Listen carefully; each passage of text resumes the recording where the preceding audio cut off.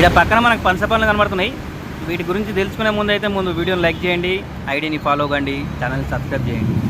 వీటి రేటు ఎంత ఇస్తుందని తెలుసుకుందాం, ఎట్లుంటుందో కూడా టేస్ట్ చూద్దాం, మనం కనుక్కుందాం. कैसा है? हाफ के जी 100. हाफ के जी 100.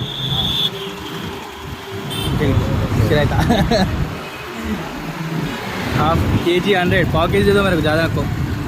पाव के जी बस అదే కిలో 100 రూపాయలంట. మనకు పావు కిలో కావాలని చెప్పి తీసుకున్నా. మరి రేటు ఎంత ఉంటుందో ఇట్లా చెప్పండి. 50 రూపాయలు తీసుకున్నా. ఈ ఒక దిమ్మని చెప్పి ఒక పీస్ ఇచ్చాడు, బాగా అనిపించింది. పీస్ అయితే మంచిగా ఉంది, అలాగే కొంచెం కింద కూడా పడ్డది.